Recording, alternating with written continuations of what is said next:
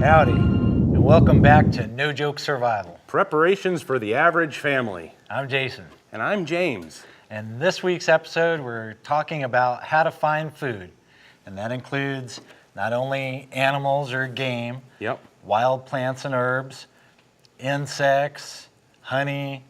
Yep, all there's a kinds of whole good stuff. variety of stuff, which brings us up to our guest. Yes, we have a guest speaker, and so we can holler for Danny to bring him in, and then he can elaborate on some of these things. Hello. Danny! All right. Well, we have our guest. This is Dave Perry, and Hello, guys. Welcome, touch Dave. this bit. I'm sorry. I just okay. wanted to get to Are know you guys dancing or what? I apparently am. I need to finish the beginner's box. I think I'm everywhere today. Thanks. I will see you shortly. All right, See you. thank you, Thanks, Danny. Danny. And why don't you go ahead and tell everyone your name and a little bit about yourself. All right. My name is Dave Perry. I am a local herbalist. I've been working with plants for both food and medicine for about the last 12 years. And for more information about what I'm doing, because I do lead local walks to teach people about plants, my website is www.creativepreppers.com. CreativePreppers.com. Very cool. awesome. Yeah. Yeah, when the apocalypse hits, I'm at Dave's house. So everyone will come Well, we'll my head house. to the hills and we'll go find plants up in the hills. So, we're talking about, let's touch on the animals and local game and things like that. Do you have any thoughts on that? What's available in this area or what's good to eat? Well, so now there may be a lot more available than I think. If there's a real crisis, that's the first thing people are going to look for. They're going to go try and hunt squirrels and rabbits. And I think that population is going to be decimated. But, there's still some be available. So you'll want to either know how to build a snare trap, or you're more than likely not going to want to be pulling out a gun and shooting things, because that's going to draw attention to yourself. Yeah. So some small traps, which we want to look at in the Beginner's box. in the beginner's box. And you can have those stored away and bring them out and use them for catching small animals. And Yeah. what about different types of edible plants that exist, in pretty much anywhere, but in particular where we're at? Right. So in our area, it's a varied area. So you have real dry areas. There's some areas where you may have some natural springs. So you'll find some things like mint. There's some peppermint, spearmint growing up in the hills. Cactus blooms. You can eat the fruit off the cactus. There's also a lot of old homesteads where they planted apple trees, apricots, and you can find those up in the mountains if you know where to look. Nice. Yeah, forage around and find some of that Yeah. stuff. Right. And that cactus fruit, like in our area, that's real popular. People make jellies out of that. So they Right. could reference our canning and preserving episode and make some cactus jelly. Yeah. Now, on the cactus, on the fruit part, obviously that's edible, but what about the prickly pear pad itself? I see those in the store as well. Right. So you can, once you get the spines off of them, you can either scrape them or cook them, put them in Fire. some hot water or fire. Yeah. Burn them off. Yeah. You scrape off the outer skin and the inner skin.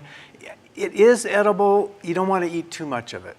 But it's also used as you can use it as a poultice for skin rashes or cuts or things like that. So it's something similar to aloe vera, which you might find. Nice, so it has a double purpose in a lot of ways. Nice. Right. And So- you'll find a lot of plants have that Cool. capability. Pine needle seems to be a popular one, and dandelions, things that people have heard of. What are your thoughts on those? Pine needles are a great source of vitamin C. Okay. So you can pull them off the branch. The best ones are where they're a light green. They're just coming out like in the springtime. But really throughout the year, you can use them, put them in a cup and pour hot water on them and just make tea. So Throw in that's- some of that mint, and Yeah. you You got a got nice something little- tasty. Right. So have you drank some of the pine needle broth, or whatever you would call it? I mean, what does it taste like? Does it taste like how pines tree smells. Yeah, it has a somewhat minty taste, but also because it smells kind of like Pine Sol, a cleaning solution. That's where you want to find some stevia, the natural sugar, and throw that in there. But Flavor it yeah, up a back little to bit. your mints. Throw a little extra mint in there, and that'll help make it a little bit more palatable. Nice. Nice, very cool. We should go try that when we go camping. Yeah, we need to do a foraging. Foraging episode, yeah, that'd be great. And so those plants, some of them also can be used for medicines as well. Right, which you kind of serve mentioned a dual dandelion, purpose. and that's one of the great plants because you can use all parts of it, the root, the leaf, the flower, the stem. It's good for putting in salads, so you can add to your eating it. It brings up minerals from the ground, so it's a good source of natural minerals. And it's also good for digestion. So people make wine out of it, dandelion wine, you've heard of that? Yeah. But dandelion tea, and those are both good for if you have indigestion, stomach upset, it'll help with that. And dandelions seem to be a common plant all around the country, right? I mean, every does. state I've ever been in, I've experienced them there. Now, on the dandelion, is there a certain part you should eat, or can you eat the whole thing? You can eat the whole thing. Roots and all? Roots and all. Roots have been used as a coffee substitute, along with chicory. So they'll pull the roots out, dry them, cut them up, and then use it in a tea or a coffee type drink.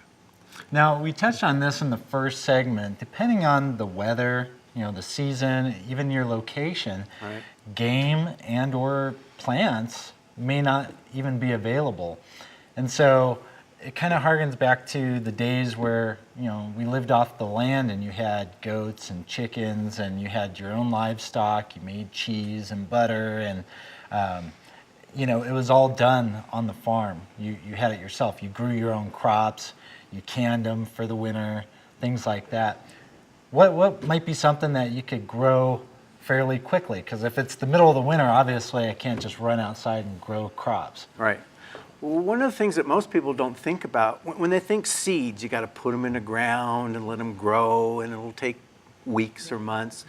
We can actually sprout seeds, and within 3 to 5 days, you've got something that's edible, like alfalfa sprouts that they put on sandwiches. Nice. That's Those are good. something quick, good, give you vitamin C, and help fill up your stomach, if you don't have a lot of food.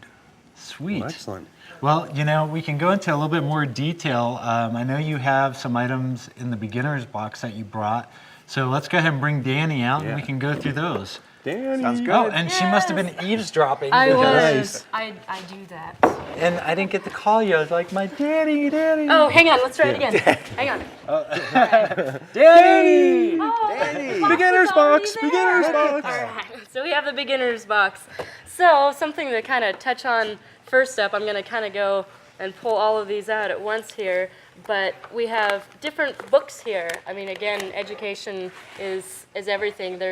You can have a book on, this one here is about herbal medicine of the Southwest. Again, you want to make sure that you have something that's in your area so you can educate yourself. Then you have medicinal plants of the Mountain West, actually. This author, Michael Moore, is very well known for his knowledge of plants in the Southwest. So Okay. if He you're knows his living in stuff. this area, I would say you need that on your bookshelf. Nice. Ah, this one, a really great one. And it's nice, short, concise, edible wild plants. Right. That way you can just kind of take quick thumb through. That way if you're camping elsewhere. Let me show you something about this. What I do is I put plants inside of these. So Smart idea. I find the particular plant, the picture, and I take a sample and put it dried in. It'll dry in there. Very cool, yeah. Practice Way and easier to education. identify when you already Exactly. have one. Then, that one's actually very specific there for our area. Right. Just a lot more of the same.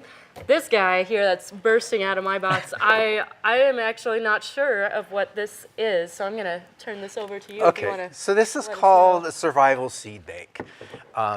Inside, so this is waterproof.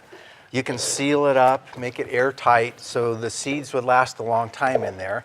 And these seeds, like this is an eggplant seed, so this is hermetically sealed. Seeds will generally last in a dry, cool area 3 to 5 years. You don't put these things away for 20 years because then they're not going to grow. But think about that. 3 to 5 years, you got to plant these and then collect the seeds from them and just keep propagating, keep Well, growing. and this is nice because then you know exactly where your stuff is. You don't think, oh, I'm going to put my seeds up here today. I'm going to put my seeds Right. over here today. They're all together in And one the place. other nice thing is they're fairly inexpensive, and you can get a wide variety. Right. So Yeah, you that's wanna have- really cool. So this, actually, as we just had an episode on canning, and you can tell this has been properly canned. This is wormwood, and I am not nearly as familiar with wormwood as I know that you are, so. Really, not Take at it away, all, Dave. huh? So you'll see this a liquid in here. This is called a tincture. And what we did was we filled this jar up with wormwood, which grows in the local mountains here. And you pour in alcohol. Usually you want something like 80 proof or so. You let it set for 4 to 6 weeks. And what the alcohol does is it extract out the chemical constituents and the goodness. things that you want in it. Right. All then your you strain it out. scientific terms. That's what Yes. alcohol The goodness. does, takes out the goodness. Goodness, yeah. And wormwood, as you might guess, is actually good for intestinal worms. So Oh. if you have, Hence the name. yeah, hence that's the common name. So Very we have cool. a few other items, and this one, actually, this and this are both the same, and this is also good for... It's a tincture. It's another tincture. Yeah, this is another tincture, and this is how you'd normally see them stored in a stopper bottle. So what you do is you take, fill up the Well, and when we filler. Yeah, and I apologize, but when we come back, we're gonna have us a little contest. We're gonna watch a quick video, and we might be able to touch on this again. So thank you very much. And We'll see you in a little bit. So this is just more seeds. those are the Right. sprouts.